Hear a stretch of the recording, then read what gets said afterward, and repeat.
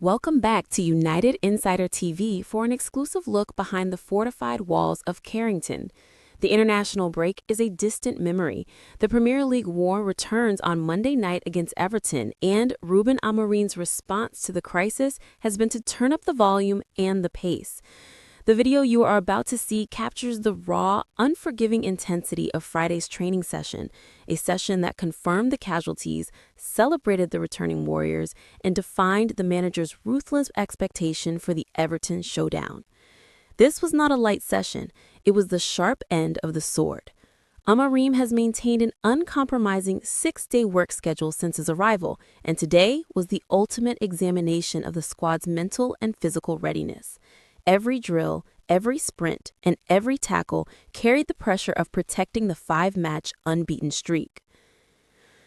The tone was set immediately. The drills focused on explosive, high-intensity transition work, mimicking the exact tactical situation Everton's David Moyes will try to enforce: slow build-up, rapid counterattack.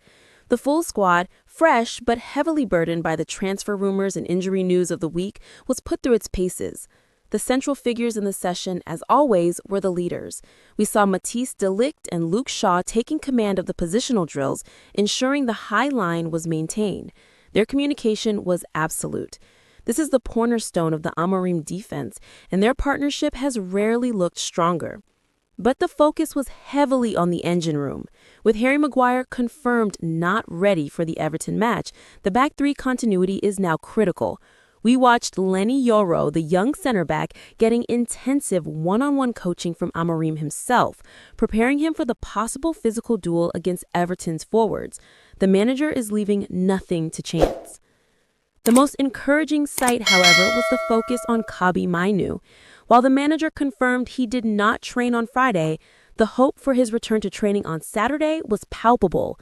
The drills that followed, centered around rapid, intricate passing triangles in the midfield, were designed for a player of Mainoo's quick-thinking profile. The squad knows his return is vital to winning the central battle against Moyes' aggressive midfielders. The spotlight, however, fell squarely on the two players whose presence or absence defines the current narrative of this club. First, Lisandro Martinez, the man who has waited 9 months for this moment. Martinez was the fire in the engine room. He looked sharp, aggressive, and, crucially, completely comfortable back on the Carrington pitch.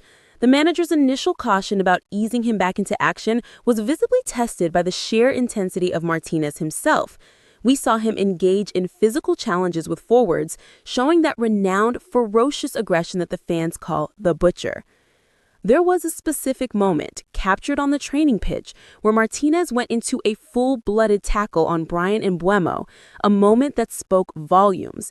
It wasn't malicious, it was a statement. The World Cup winner is ready for war. He is closing in on a return, and though the manager remains cautious about the starting 11, his presence alone, his vocal demands, his constant movement, lifts the entire defensive unit. Amorim later confirmed what we saw. Licha is becoming close to being ready to play. He's in a better position than he was 2 weeks ago, but the manager's discipline remains absolute. We need to be careful with him. He's still likely to be on the bench, used as a powerful, devastating sub, protecting him from the crucial, high-intensity first minutes of the Premier League return. The second and more immediately pressing concern was the attack, crippled by the confirmed loss of Benjamin Sesko. With Sesko ruled out for the next few weeks, a huge blow to the attacking plan, the training session immediately reflected the tactical shift required. The focus was on the wide men and the false 9 profile. The movement was quicker, lower, and more reliant on penetration through the wide channels. The responsibility now rests on the shoulders of Matheus Cunha and Mbeumo.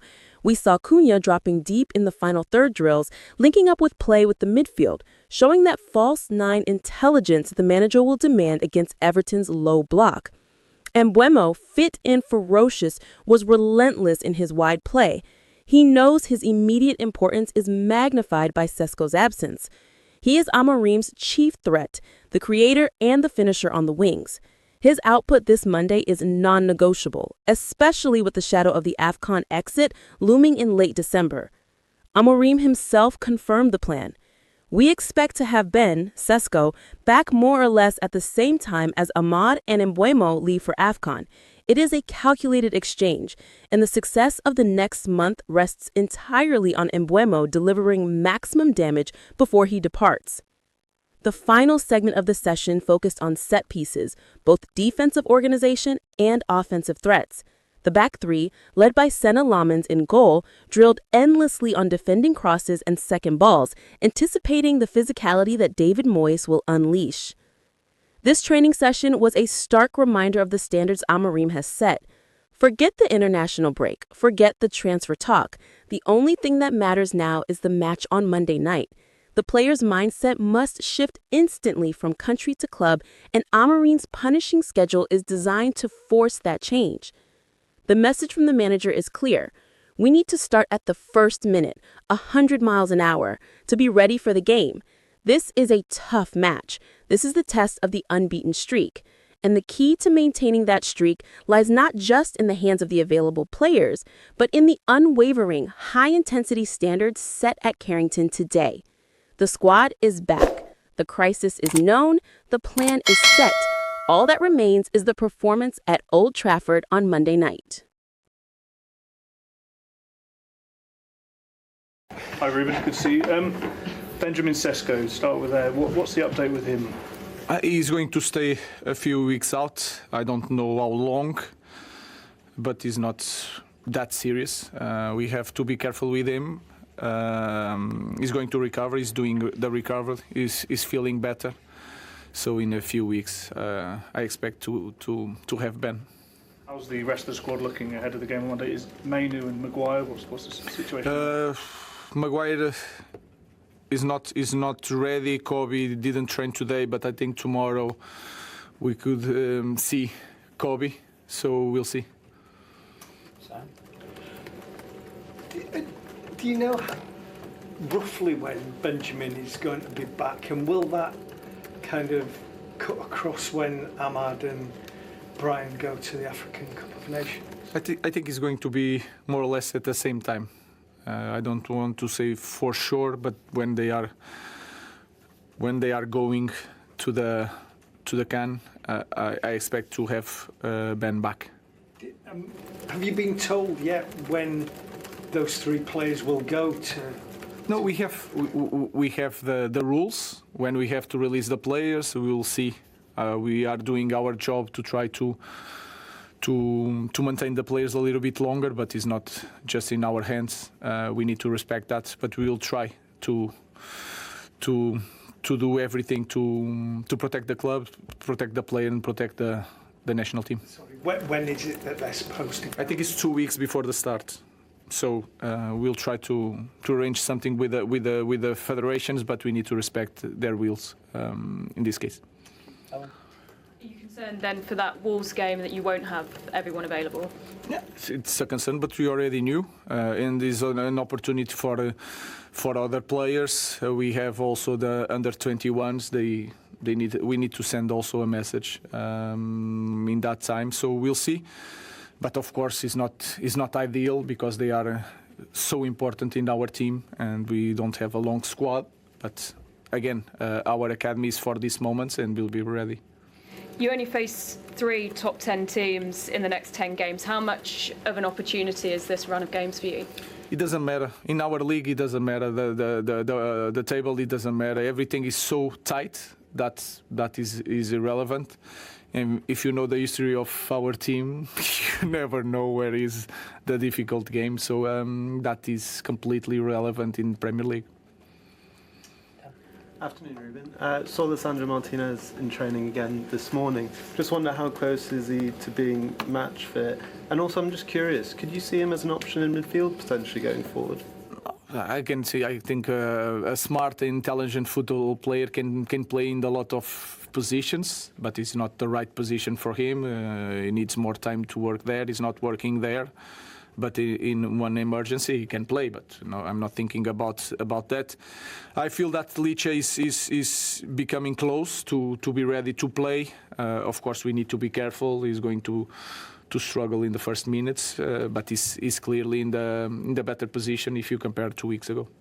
I just wanted to ask you about another player in his position. In terms of Luke Shaw, when the likes of Mazraoui and Ahmad go away for AFCON, do you see Luke Shaw as a possibility to play left wing back? He's mostly played as centre back for he you. can play. He can play there. Of course, is the load that a player does in that position is a little bit different. And if you are doing that in a daily basis, it is more prepared to do that position. But of course, he can play there. He's a smart player and is fit in the moment, so I think he's an option.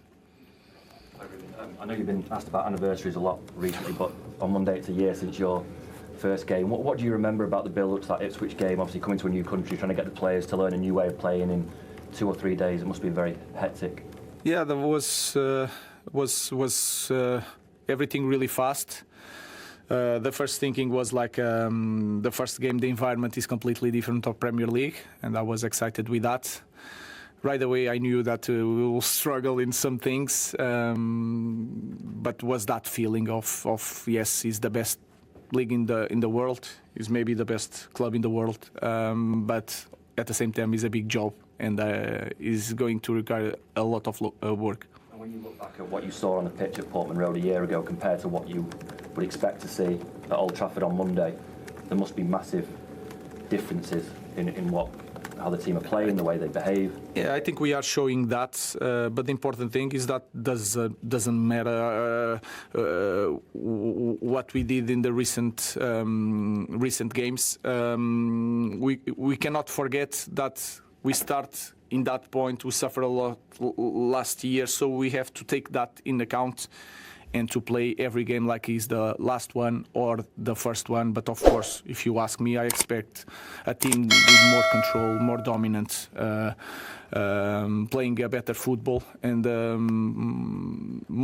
most important thing, more competitive in every way.